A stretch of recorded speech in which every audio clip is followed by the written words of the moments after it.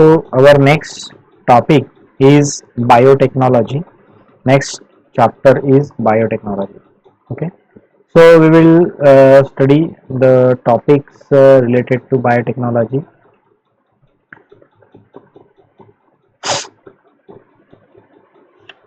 So biotechnology का meaning क्या होता है वो आपको पता है क्या? Bio technology, bio means biology का यूज और टेक्नोलॉजी का यूज। तो बायो का यूज करना है और कुछ टेक्निक्स या टेक्नोलॉजी का यूज करना है।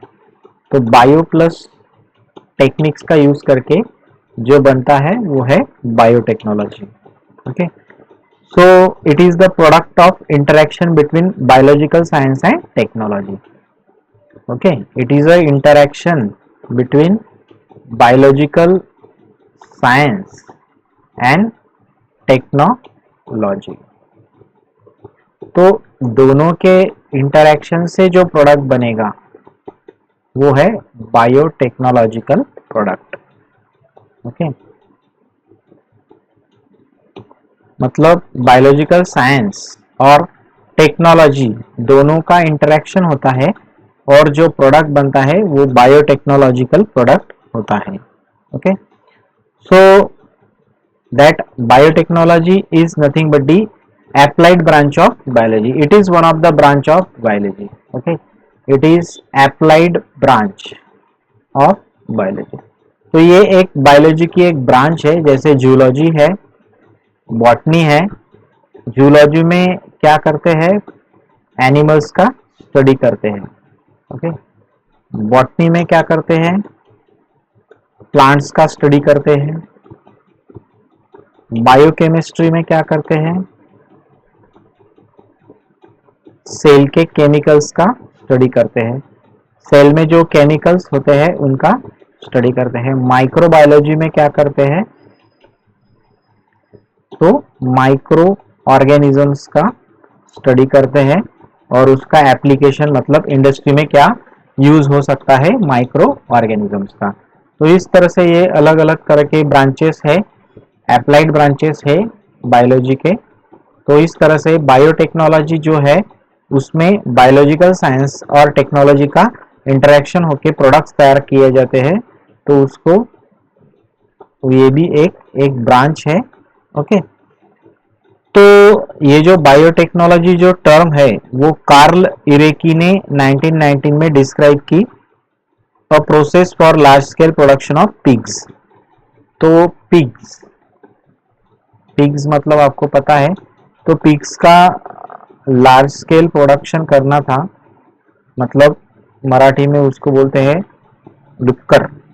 ओके, तो इनका लार्ज स्केल प्रोडक्शन करना था।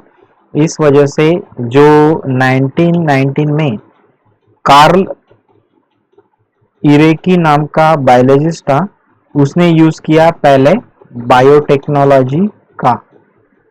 ओके, बायोटेक्नोलॉजी ये वर्ड का उसने यूज किया, कार्ल इरेकी ने यूज किया। ओके, तो इस तरह से ये इंट्रोडक्टरी पार्ट है कि बायोटेक्नोलॉजी मतलब बायोलॉजिकल साइंस एंड टेक्नोलॉजी का इंटरेक्शन होके जो प्रोडक्ट बनता है उसको बायोलॉजिकल या बायोटेक्नोलॉजिकल प्रोडक्ट बोलते हैं। और ये एप्लाइड ब्रांच है बायोलॉजी की, जैसे कि दूसरे ब्रांचेस होते हैं। और पहले बार कार्ल इरेकी ने इसका यूज किया था, ये शब्द प्रयोग या वर्ड जो है वो कॉइन किया था बायोटेक्नोलॉजी, और उसका यूज करके पिग्स का लार्ज स्केल प्रोडक्शन उन्होंने किया था। ओके, तो बायोटेक्नोलॉजी की जो डेफिनेशन है वो है कि it is defined by different organisations in different way. अलग अलग ऑर्गेनाइजेशंस ने इसको अलग अलग तरीके से डिफाइन किया है, पर डेफिनेशन जो है बायोटेक्नोलॉजी की वो इस तरह से है बुक में दी हुई कि development and utilisation of biological form. Develop करना है हमको, डेवलपमेंट एंड यूटिलाइज्ड किसको डेवलप करना है और किसको यूटिलाइज करना है? बायोलॉजिकल फॉर्म में जो सब्सटेंस है या एनिमल्स है उसको डेवलप करना है या यूटिलाइज करना है। ओके, बायोलॉजिकल फॉर्म को या प्रोडक्ट्स को या प्रोसेसेस को, ओके, प्रोसेसेस को क्यों करना है? डेवलपमेंट करना है एंड यूटिलाइज करना है बायोलॉजिकल फॉर्म्स को, कुछ प्रोडक्ट को यूज करना है एंड डेवलप करना है, प्रोसेसेस को यूटिलाइज करना है एंड डेवलप करना है। क्यों करना है? व्हाई? तो ये क्यों करना है? For obtaining maximum benefits for man, for obtaining maximum benefits to man. तो ह्यूमंस को ज्यादा से ज्यादा बेनिफिट होना चाहिए, इस वजह से हमको बायोलॉजिकल फॉर्म, प्रोडक्ट्स और प्रोसेसेस का डेवलपमेंट और यूज करना है। यूटिलाइज मतलब यूज, तो यूज करना है। ओके, मैन को ही नहीं and other forms of life, मतलब ह्यूमंस के लिए ही नहीं, दूसरे जो लिविंग ऑर्गेनिजम्स है उनके लिए भी वो यूज करना है। Different forms of living organisms. तो इस तरह से हम देख सकते हैं, डेफिनेशन एकदम सिंपल है और इस तरीके से अगर आप ध्यान में लो डेफिनेशन तो वो इतना इजी हो जाएगा कि आपको मगअप करने की भी जरूरत नहीं पड़ेगी। तो डेवलपमेंट एंड यूटिलाइज मतलब हमको डेवलप करना है या यूटिलाइज या यूज करना है। किसको यूज करना है? तो बायोलॉजिकल फॉर्म्स को, अलग अलग तरह के एनिमल्स बायोलॉजिकल फॉर्म में प्रेजेंट होते हैं उनको यूज करना है, डेवलप करना है। प्रोडक्ट्स को डेवलप और यूटिलाइज करना है, प्रोसेसेस को डेवलप और यूटिलाइज करना है।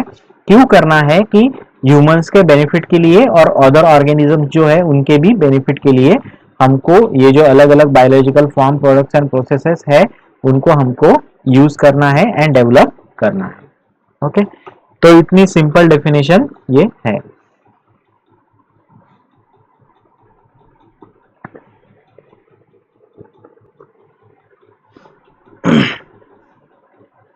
तो OECD जो कंट्रीज है उनके हिसाब से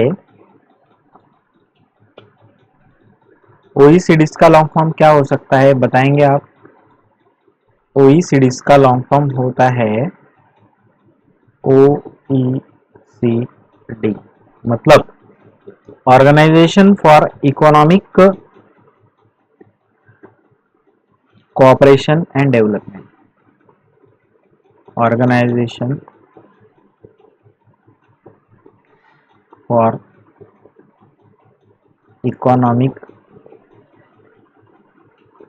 कोऑपरेशन एंड डेवलपमेंट।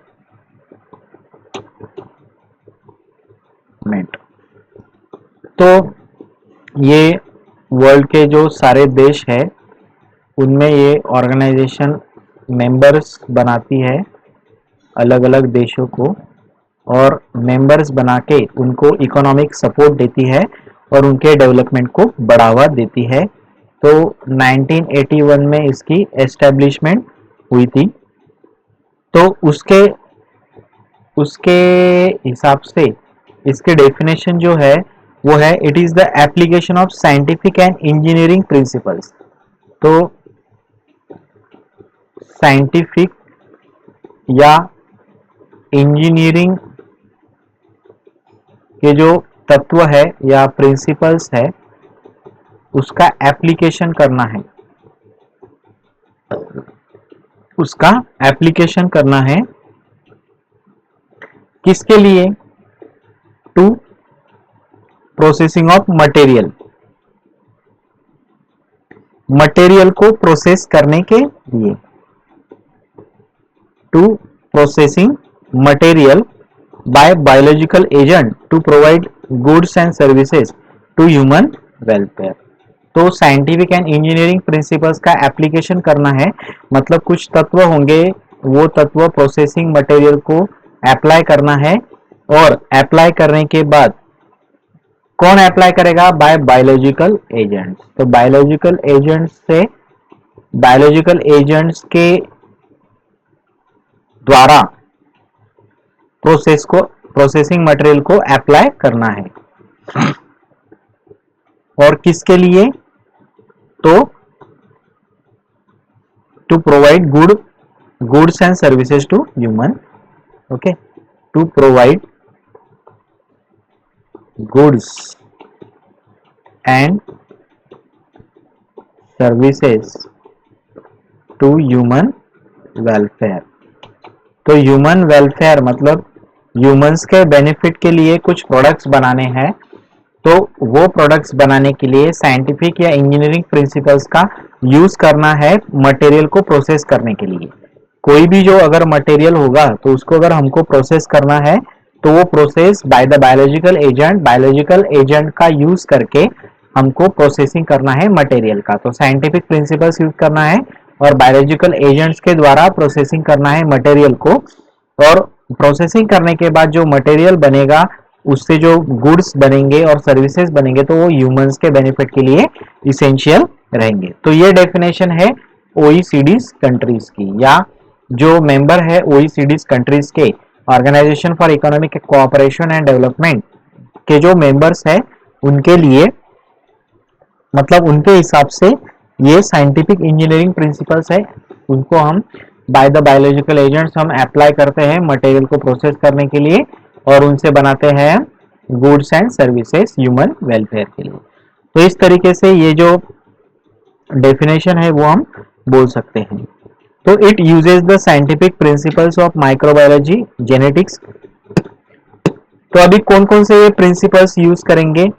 तो ये अलग अलग ब्रांचेस के जो तत्व है या जो टेक्निक्स है वो यूज करेंगे। तो जैसे कि माइक्रोबायोलॉजी की टेक्निक्स यूज करेंगे, के बाद जेनेटिक्स, ये अलग अलग ब्रांचेस है, बायोकेमिस्ट्री, उसके बाद chemical engineering, mathematics, chemical engineering, mathematics, okay, statistics computer.